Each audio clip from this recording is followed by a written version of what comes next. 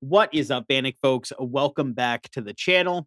So, Phil, Maryland Punks turned just LA royalty, Good Charlotte. Everybody remember Good Charlotte? You ever heard of Good Charlotte? They dropped a song today. I didn't even think that they were like an active band still. So, I figured we should listen to that song together. You're like an actual Good Charlotte like fan to a degree, right? Uh, yeah, I've actually been quite the big Madden Brothers for when they were first out and putting their tunes out. I just ate it up. But I've done a lot of digging up on their history. They actually grew up in a bit of a rough past. Them and their bassist, actually Billy, who they've kept the entire time. Those have been the three consistent members of Good Charlotte. You got Benji, Joel, and Madden, and then Billy. And That's they four. lived. That's No, four. You said Ben, Benji, Joel, Joel, Madden, Madden. and Billy. Sorry, Benji and Joel Madden. Wait, they're mad in who? Uh, who are they Are mad they at? are they mad at Who's- me?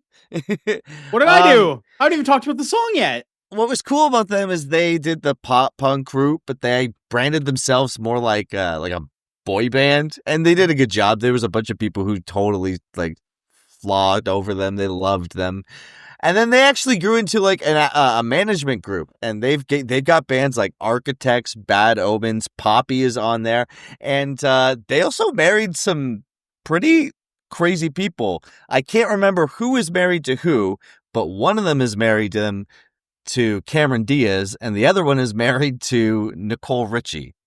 Yeah, it's absurd. I remember one of the things about Good Charlotte I always found interesting was like they were a band where it was understood that like the actual like LA punk community and the punk community, I guess at large, like really fucked with them, right? Like Tim Armstrong, like people loved who these dudes were.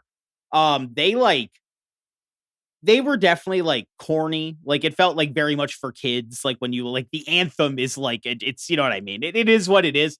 Let me know if this is a hot take. I think the best Good Charlotte song is "I Just Want to Live." Yeah, and that one's off of what was it? The Chronicles of Life and Death. That's a good song. It's a good record, and actually, it was one of their most commercially successful ones. And I personally didn't like it. I was actually at the kind of like the all right. I probably was into like metalcore at that point when they were putting that record out. So, but looking back on it, it is a good record. Actually, it's funny that you say that because one of my favorite Good Charlotte songs is Girls and Boys, and like I forgot about that. It's just like a Boys educated will laugh at girls when they're not funny. and like if you look in the music videos, they're wearing like hardcore tees. Like that's also another thing. Like they are embedded in hardcore. Like these guys grew up with like hardcore punk and like they know their shit. They know a bunch of like they also wear a bunch of like rap shit. Like they grew up in the hood, so like they have an interesting past and like I've always been a fan of them. They did have, I think what was corny about it was that they were putting songs like that out and they look like the way that they did. That was the corny part about it for sure. Cause it's like big mixed signals. They seemed like they were hitting like this middle section between like a crust punk and a goth kid. You know what I mean? Like it was a very like interesting. They had a very pretty guitarist at one point. The guy with the curtains. That was a pretty guy. That's Billy. That's the bassist. I think he actually no. If I'm not mistaken, you might be right. Guitar. He did play guitar. Actually, it looks like I know more about Good Charlotte than you. I just forgot. Was it Benji plays guitar, Billy plays guitar, and then Joel sings, and then they've always had like a revolving door of drummings. Yeah, of drummings. A revolving door of drummings is actually a concept album I've been working on. I'm hiring 50 drummers and everyone just freestyles at the same time. And I'm just going to hit record, baby. It's just a different version of drum. You ever play drum, dude? You ever play drum? Okay. Very interesting. Very interesting song. I'm just gonna say right off the top that that is just basically their Stacy's Mom by Fountains of Wayne. Like it, like, it, it, it, so much it reminds me so much of that song, and just that sort of era itself of, like, late '90s, early 2000s sort of, like, radio rock. Teenage Um, dirtbag, like, exactly, yeah. exactly. Like, it's interesting because it almost feels like, a return to roots, but not a return to roots in what they sounded like, but more of, like, the era that they existed in. I think that's Hmm. kind of interesting because if they went back and wrote a song like Lifestyles or, Boys and Girls or whatever right now, it would probably feel really, like, corny, right? So this was a way of, like, feeling like you're returning to something nostalgic by hearing them, but it doesn't really sound that much like a good Charlotte song from the past. Yeah, that's an interesting. I really liked this song. I thought it was really cool. Actually, when it first started, I was like, this is kind of corny. I can't wait to kind of dig into this. And then like it kind of picked up, and especially when the chorus hit, like I was like, okay, here we go. And you know what and maybe I'm out of my mind. Maybe I'm out of my mind, Tyler. But it feels like ever since Turnstile put Glow On out and that Never Enough, that like very simplistic guitar riffs, like da na na na na na, but they're very big and full sounding. It's just very plain power chords in like a standard setting or a tuning, and there's something about that that's kicking through that, and it's just a fun pop song. Good Charlotte's not here to try and like chart. I don't think they're really even here to try and like make a hit song of the summer. I think they just want to make an earworm for you for a little bit, get their money and get out. Like I don't think that they're it's not coming off like they're doing it half-assed. I think they're genuinely good musicians. I just don't think that like they're at a point in their career where, and I think every musician should maybe not should, because that's not to say that they can't, but like maybe some of your best days are behind you. Yeah, this definitely doesn't feel like a cash grab or anything like that. This really feels like guys who are just kind of coming back and writing like a song for fun. I Yeah. think one of the biggest strengths here, and a lot of like older bands that could come back should take note of this. Even if this album that's coming out soon has some like more serious or emotional songs on it, coming back with a song that feels this carefree and having the lyrics be so tongue in cheek and like stupid but self-aware feeling about it too, like they're just having fun with it. This is a great comeback because it doesn't feel like this like big like look at us, we've returned, remember us. It feels like this casual little drop. Mm-hmm. You know what I mean? It's like it doesn't feel like they're bringing this massive amount of theatrics to it. As far as I understand, they didn't even drop a video for this one. They just dropped a little song. It's a very like understated even album cover. You know what Mm-hmm. I mean? It's not this big loud brash thing.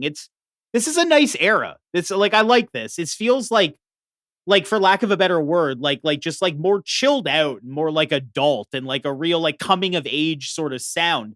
I missed so much of their music in between, right? I'm basically coming off Chronicles to this. And Mm-hmm.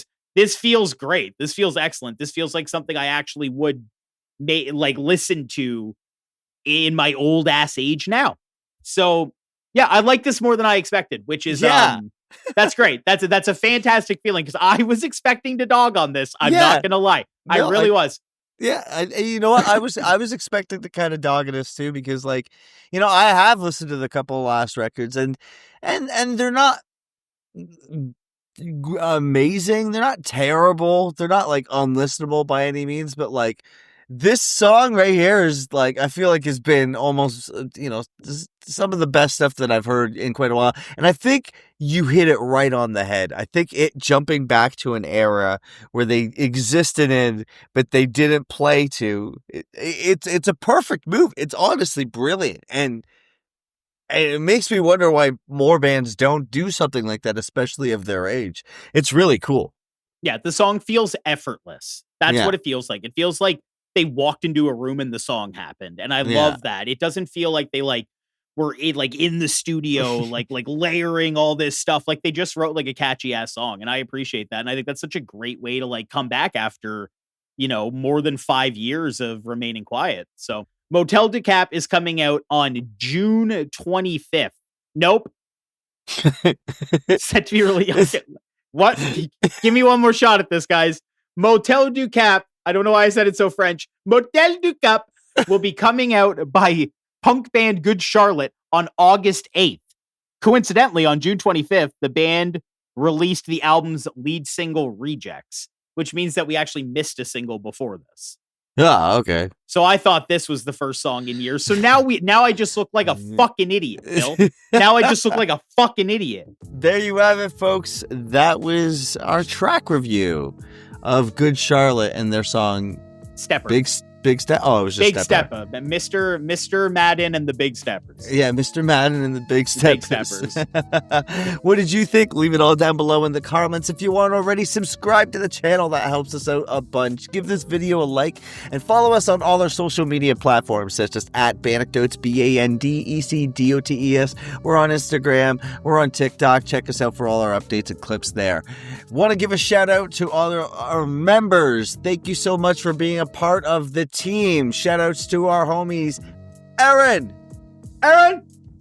Then we got Big T, Ty. Thank you so much. We love when you call you Big T. And lastly, but not leastly, that's for sure, we have more soup. Sarsaparilla. Ah, Come on down. Get a sarsaparilla and get more. Get more of them. Just get more. You can edit a cowboy hat onto me. Maybe you did, maybe you didn't. I don't know. I'm not in control. Or maybe I am. If you want to be a member, you can help us out. Give this channel $2. You will help improve it. By all means necessary, we are making this thing happen by strings and scotch tape. Thank you so much for tuning in. Bye.